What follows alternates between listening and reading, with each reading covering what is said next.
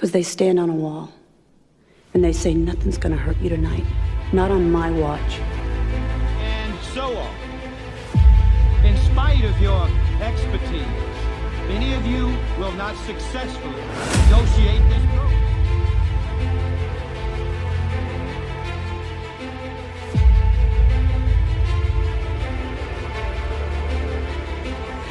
And as the Greek philosopher Heraclitus of Ephesus would have said, change is the only constant. Singapore knows this. You know this. I want my daughter to have as much opportunity as my son. To which the leader of the opposition says, It's our turn to stop and to listen. Blessed, they work so beautifully that we are saved thousands of children, and thousands of children have found their home where they are loved. I had the opportunity to go with my soldiers. I wanted to go. I came back. I got promoted to major. My mom had a stroke a week later. It was a lot. I wanted to be here to show people that you can make it. You can survive. I don't know how I did, but I did. And you know, I used a cane, but it's nothing. You know, I could still be in a wheelchair. I could have had, you know, brain hemorrhage or nothing. Nothing happened internally. It was all just broken bones. Große Freude. Es war mir eine Ehre. Herzlichen Dank.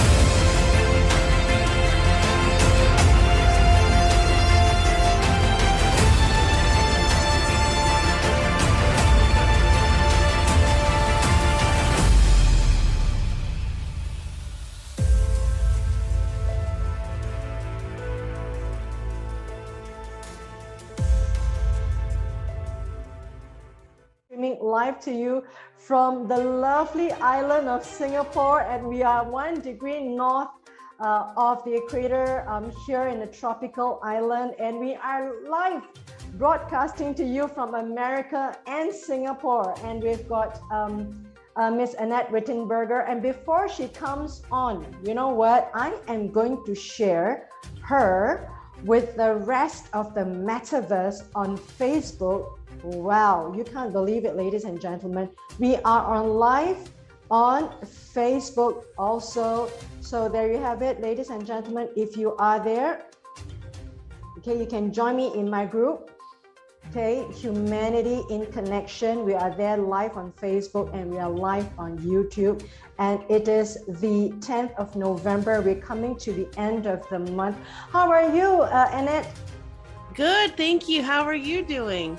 I mean, how amazing, right? You are broadcasting from America, and tell us where you are right now. I'm in Central Texas. Wow, I mean, that's where George Bush comes from, right? Yes, Houston. He comes from Houston. I'm not in Houston. I'm in Killeen, which is about 2.5 hours away from Houston, but still close enough. Yeah. And you know, Annette, Singapore is a little island. If you drive from the west of the island to the east to the very end of both sides, it takes only 1.5 hours. Can you imagine? So this is as small an island. Now, I just want to be sure to be clear to all the international viewers, wherever you are, live or not, Singapore is not China. We are an independent, sovereign country, sovereign state with our own government, and we import our laws from the mercantile law and the law from Britain, of course, from the UK, because we were a colony of UK, and the founder is Sir Stamford Raffles. And you know, the name Singapore stands for Singapura, which means Lion City. And therefore we have a symbol of the lion. And that's a little bit of a geography for you, Annette. How are you doing, Annette? How is the pandemic situation in America right now? Well, I just learned something new because I did not know Singapore meant that. So thank you.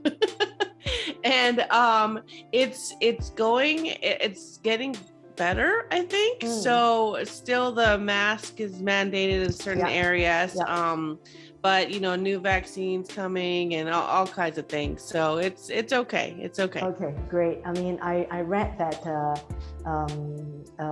some of these medical experts were saying on air in US that America can foresee that come January 2022, they can declare that the pandemic is over. So thank you to the country that's working so hard. And of course, a lot of people suffered from it. And also, Annette, I just want to thank you so much for doing this show, which is your show, the Masterclass Women's Leadership for Today, the Annette Whittenberger Show. And today we're going to talk about women at the workforce, right? How do you manage the challenges of life and family, and where do you stand? Where do your needs stand in the middle of all the crazy world that you're trying to manage? So without further ado, we're going to come in to your show. And I just want to thank you for being such a good sport for the past couple of episodes. And, we are drawing close to the second final episode of your show. And then after that, we're going to talk about a little bit about your book. And tell us about you and your family and your career. The first question, what were the biggest challenges in balancing work-life? I mean, this work-life balance, if there is such a term, if it even exists, tell us, Annette. That is true. How do you do it? So in the beginning, how did I balance it? I was trying to learn how to do it all, how to be a mom, how to be a spouse, and then how to be a leader. And that was very challenging. But I just had to make priorities and say that when it comes to the kids' school activities, I had to really try and be there, because we get so focused on trying to be the best at work. So when do we draw the line, and unless we voice our concerns, our superiors won't know. So we really have to say, look, my daughter or my son has a certain school activity this day. Is it okay if I leave early? I'll come in earlier, I'll stay late the next day. But you have to, give the options and voice it, because they don't know what they don't know. And not to say that you're always going to get your way, because there are certain bosses out there who says, I'm sorry, we need you, or whatever the case is. So I had to do split operations. I had to tell my husband, well, maybe you could take off early. Split operation. Yes. One of us needs to try and be there. And we always try to make that happen. So there were cases where it couldn't happen, and we just, communicated that with the children and said, we can't be there. But, we promise to try to the next time. But as long as you talk to them and not make it seem like, it's their fault or that you don't care, we just have to talk it through. And I think that's one of the most important things. It's just talking it through and making sure that everyone is aware that we're really trying. Yeah, and I'd like to zoom in a little bit about your family management, because a woman, we have talked about in your first episode that you had your first child in Germany away from home, and you had to kind of like work through those moving parts, right? Things are just moving. The needs are moving, family is moving, and then your career is fast moving upwards. Tell us, like, within this growing stage of your children in their lives till now, I see them on Facebook that they're in college. What are the three most toughest, most difficult challenge that you had to deal with in terms of dealing with their growing up specifically? Not always being able to be there, there was certain times. Any certain events, like, I think in America there's the PTA or something. Is there a particular couple of events you think kind of stuck out that you had to manage? A sporting event. My kids played sports, my daughter in particular, and they traveled a lot. They traveled to different locations, and I couldn't always be at every single one of them. I had to stay back to take care of my son, or the distance was just way too far for us to go. And so that always made me feel guilty. I wasn't always able to be at every game. There were certain games where I did travel an hour or 2 hours to be there, but I couldn't be at all of them, and I felt really bad. I just couldn't, just sometimes you just have to say, okay, I can't be at this one. I need to take care of your brother. And, he has another event. And so it's like, we can't split, and we couldn't always be there. So yeah, those were my biggest regrets, is missing those. Yeah. And how long this phase lasted? Oh, a couple years, for sure, because as they, advanced in grade, they advanced in their position in the sport. And then it was just it just became more important. And I just I didn't want to miss those first times where they made a touchdown, they made a goal, or they made in basketball. I felt bad that I couldn't be there when they won their game. And it's hard. Mm-hmm. Yeah. Was there a time whereby, you felt bad, right? That, being a mom, you couldn't see them through a particular highlight of their lives. How did you manage yourself, and how did you manage within yourself? And then, how do you make sure that you don't have this guilt, and also to talk through to the children so they don't have any kind of feeling that, okay, mom missed out on me, and they have regrets? I try to, I don't want to say relieve the guilt, but I try to make it to where I couldn't be so hard on myself, because the kids knew, and they would say, it's okay, mom, and we would talk about it. And I would just try to spend extra time with them on the weekends, just doing whatever, just going out to eat or pizza or whatever the case is. I just felt like it was, it was really important to try to make up the time that I lost. So I tried to make up for that on the weekends, or whatever, whatever we wanted to do. So the little things like Pizza Fridays, or the movies, Pizza Friday, those little things, they matter. And that's what I tried to do. Mm-hmm. Is there a particular tip you would like to share? Like you're saying, like Pizza Fridays. Is there something like that any particular family should adopt a formula? I've seen a lot of my friends, and I really try to do that, is at least one weekend or one, pick a Friday or Saturday night. That's when everybody comes together. That no matter what, just you need to be a family, eat at the dinner table or eat on the couch, whatever the case is, try to make it a family event.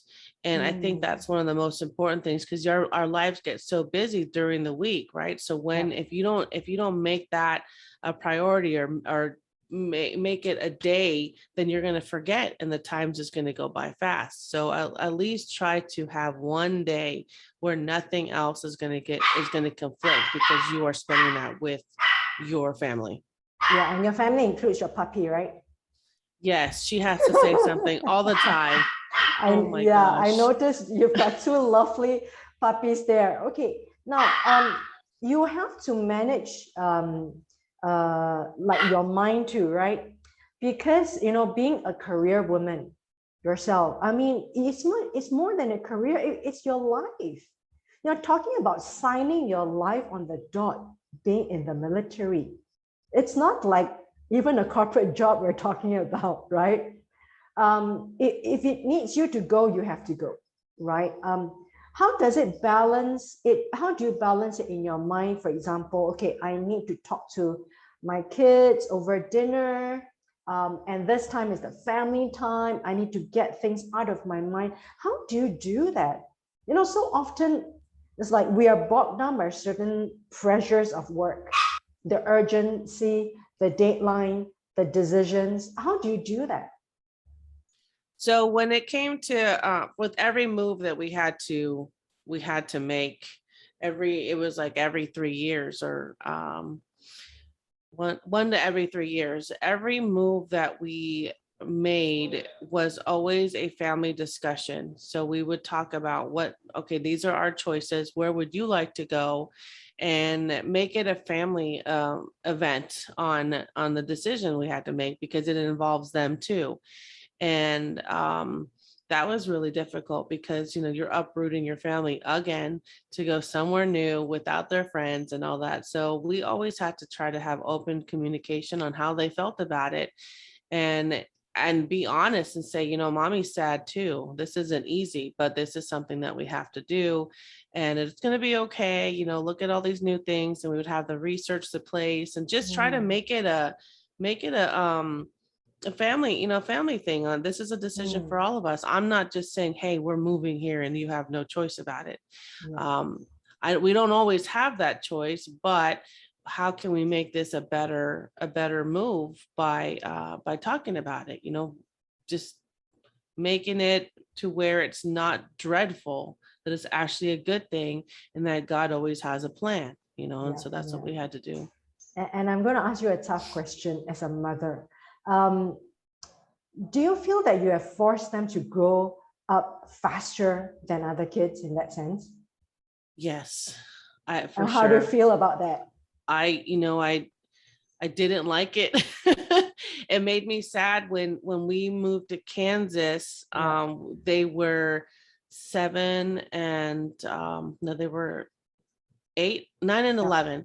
And they had to walk to school by themselves. And my daughter got her first phone, and I couldn't be there to walk them to school or even pick them up, because I was in school myself. And that was hard for me to handle, because it was a new place. And, of course, we want our kids to be safe. And talking to the neighbors, can you make sure my kids get there? It's just so many things that stressed me out a lot.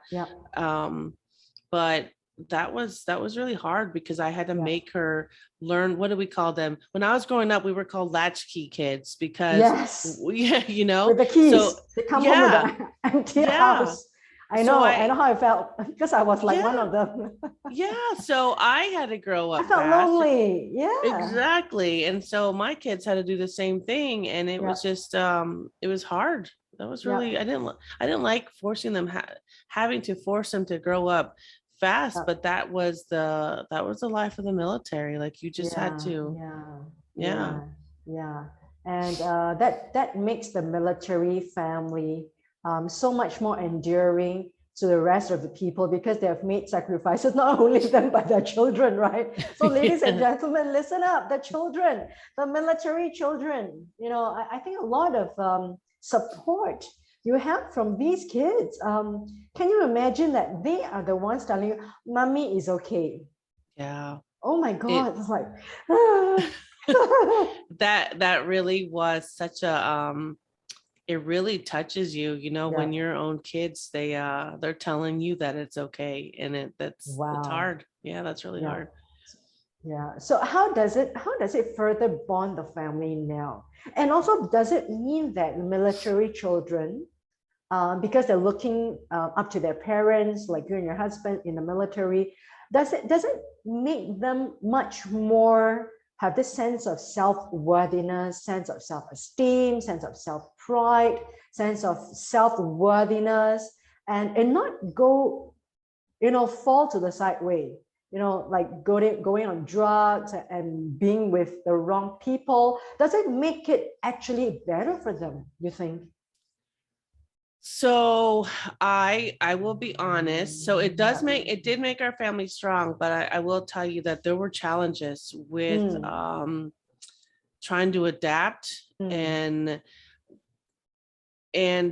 some depression, that comes with it. And not a lot of people see that. They think that our kids are so resilient and so strong. And yes, they are, but there's challenges too behind all that, because of all the moves they had to make, because of all the starting over and the feeling lonely and trying to make new friends. Those are coping with it. Yeah, those are real struggles that not a lot of people see. Wow. And so Salute to the all children. yeah, for no, absolutely. And we forget to talk about that, but Yep. it's real. And so Yeah. now, the kids are 18 and 21 and they are much stronger, but it's still not easy because they were so used to this life. And then when my daughter went off to college, it was like, oh my gosh, I'm by myself. I'm on my own. What do I do? And so there's a lot of Yeah. learning experiences. Yeah. And can you explain like to the rest of us, the civilian world, the rest of us, either Americans or not Americans, military families like yourself, you are a family with a pair of parents, you and your husband in military. There are times when you have to be away, and there are times where your husband have to be away, right? Could you describe at least like 2 occasions whereby one of you had to be away or 2 of you had to be away? And these kids, how did they cope with that? Yes, the first time that we were both away at the same time was when we deployed in 2005 to 2006. I left Wow. first. I left 6 months before he did, and then he left, and then we were both Yeah. gone at the same time. And my Wow. kids were 4 and 6. So that was hard. They're young, and both of us are gone, and the only way to talk to us is by phone. When it was possible, and it wasn't always possible. So they lived with my mom, and that was hard. That was really hard. And then later on, even as they got older, we still lived apart. My husband had to go to Korea for a year, or he had to deploy. And even now, present time, my husband lives in Missouri and I live in Texas. Oh, wow. So yeah, there's still sacrifices that are made even As they're even grown. now. Yeah, as they're grown. Yeah. I mean, Yeah. I think it's so important to kind of like shine the light.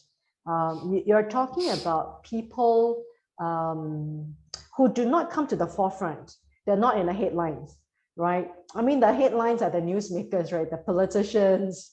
And when the news breaks, it's always the big news. And the ordinary people like yourselves, even though you are the military, but you represent this cohort of the military family.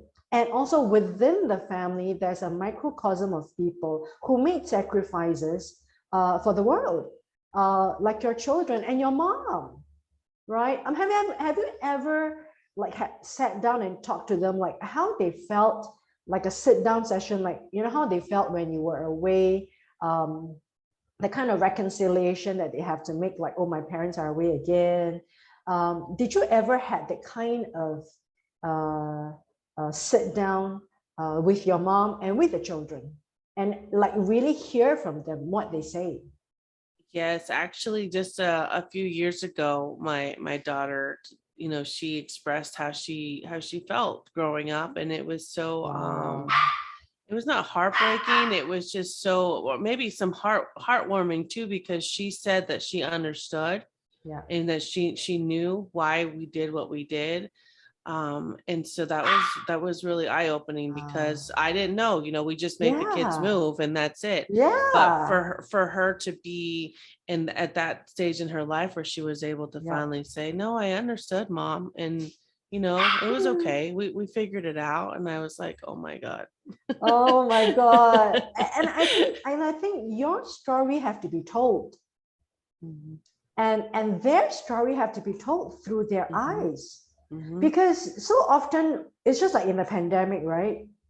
We forgot that the world is seen differently from their eyes. Like if they're toddlers, they're of this height. If you go down that level, can you imagine that level of the height that they go? You squat down and you look at the world actually looks different from that perspective. I mean, physically. So their world looks different mentally, dealing with things. And I think it's so important to talk to children and to listen to them, even at a very young, tender age, Annette. No, you're right. needed to learn how to not talk to our kids like they were just babies. Yeah. It's, we're so used to talking to them like that, but in this type of lifestyle, I think now just in this society, in this generation, I think it's so important to really talk, because there's so many things going on around us that we can't always be in control of. And so it's up to us to tell our children, okay, this is the real life. This is how, we deal with it. How would you deal with it? And, I've seen, for example, there are quite a few military kids out there who have written books. They've written their own books to talk about their life. And it's like, oh, we forget. It's so amazing to see it through their eyes, because yes, we forget about the children because we're so busy with our life. We're trying to be a good parent, but how we really talk to them about their feelings. When are we going to teach our kids to use their voice? And Annette, I know your puppies are showing love to you. Hi. No, great. It's great, because that's where we are doing. You're broadcasting from your home, right? Yes. In Texas, right? And I'm in Singapore, right here. So that's authenticity, ladies and gentlemen. Yeah, I remember, just to share with you, Annette, I remember when I started my global pandemic series in 2020 and early part of 2021, I had a caller. I had someone actually wrote into me to say that he would like to be on the podcast. And this is like, I rarely have that. I mean, I have someone from Australia, a data scientist. I mean, mature individuals. And this was I think a 19-year-old student. I mean, mature adult too, young adult. And he came onto the podcast telling me that he was afraid of the pandemic, of the COVID-19. And he never talked to anyone. I mean, that's sad. And that's in the height of the pandemic. I said, don't your parents talk to you about it? She said, no, nobody talks about it. I say, what about your classmates? And they're having this online school, right? In the school. And they kind of like text to each other. They say, yeah, my friends are afraid. A lot of this missed messages from young people, right? Talking among themselves or not even talking. And they're kind of like, it breeds that mental health thing, because you're not being reached out to, right? I mean, even adults like us, we don't even reach out to people. Can you imagine the kids? So I think, like, for example, even during the pandemic times, and he called me 3 times. Once he was on the show, and a second time, a couple of weeks later, he called on the show because he had no one to talk about the pandemic. And I was doing a show on pandemic. So I said, why don't you talk to your parents, right? No, he said, no, they're not going to talk about it. They don't talk about it. We don't talk about it. But it kind of juxtaposed in real life, right? A lot of us forget that young people or children or growing adults, we forget that they have their own heart, the voice from the heart, right? And I hear your children, Annette, is there anything you would like to shout out to them now? Oh my gosh.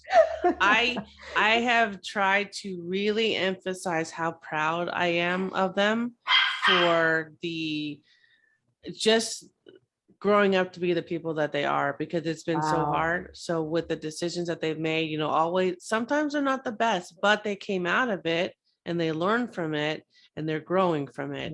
So that's all we can really hope for and be proud of, is that I know I've done a lot of that.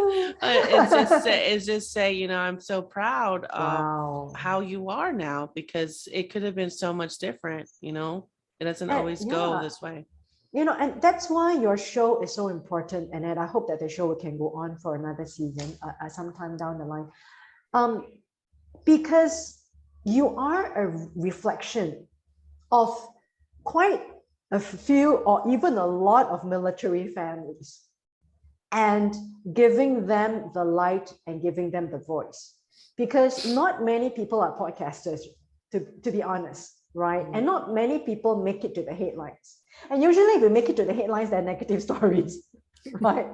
So I think our job as podcasters are so important, Annette, to bring out people's life stories in the form of a conversation like what we're doing now, because we're giving light, and you are not only representing you're representing your family and your children and letting me know, wow, there are these kids, because we forget that there are families, right?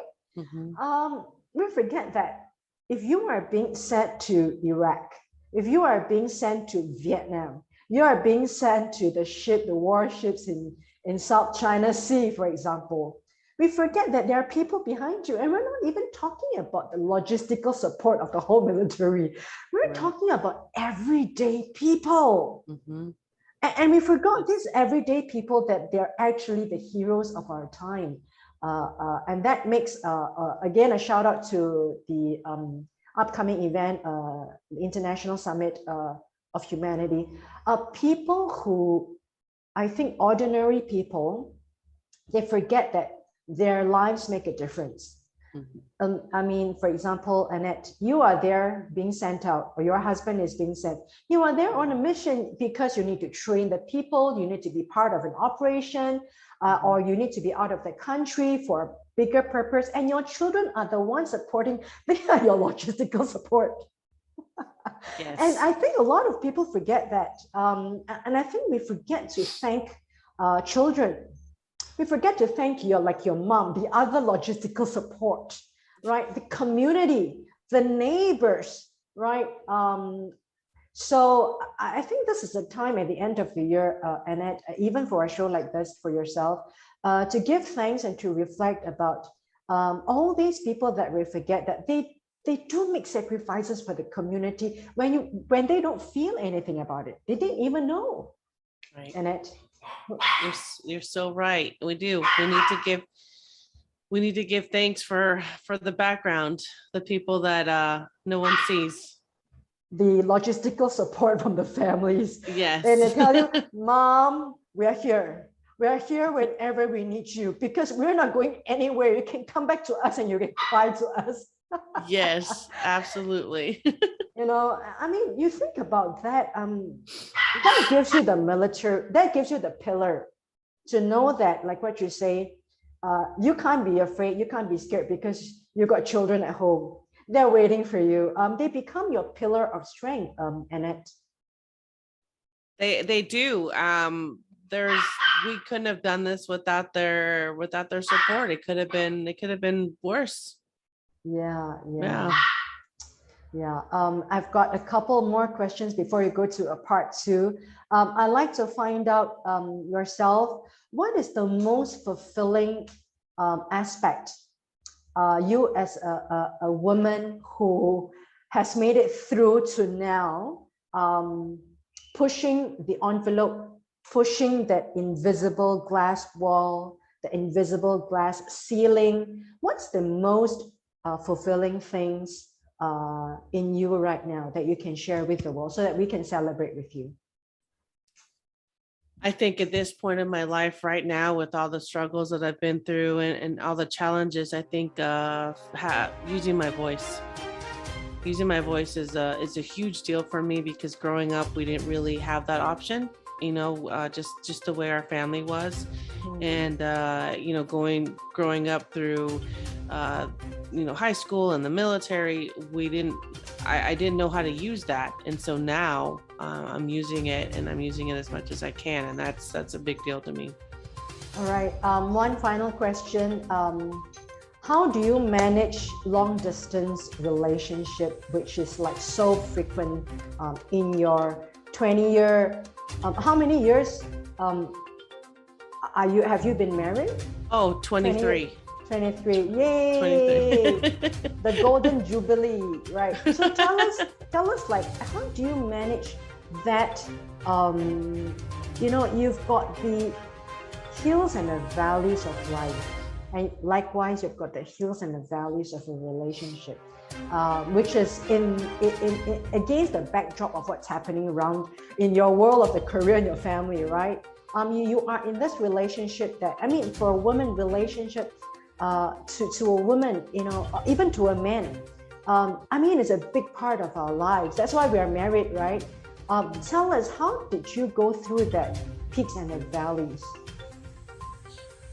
Oh, it was a hard road, but I think the most important thing, especially when we live like this, is communication, and with FaceTime and you know all the technology that we have. I think that's been a great asset, because we can, you know, he could see the kids, or he could see the dogs, whatever the case is. We have that technology to have that communication to make it feel like he's still part of the family, and I think that's important. I would like to thank you so much, Annette.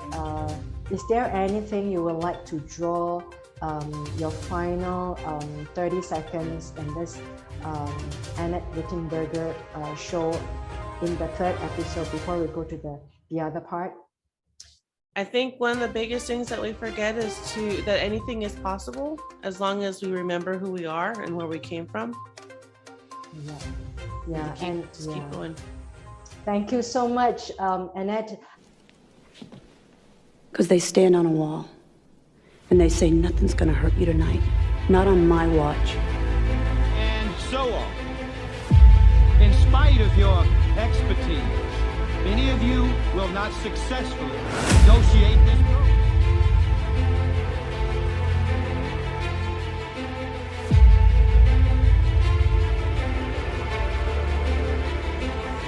And as the Greek philosopher Heraclitus of Ephesus would have said, change is the only constant.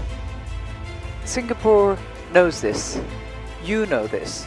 I want my daughter to have as much opportunity as my son. To which the leader of the opposition said, It's our turn to stop and to listen. Blessed, they work so beautifully that we are saved thousands of children, and thousands of children have found a home where they are loved. I had the opportunity to go with my soldiers. I wanted to go. I came back. I got promoted to major.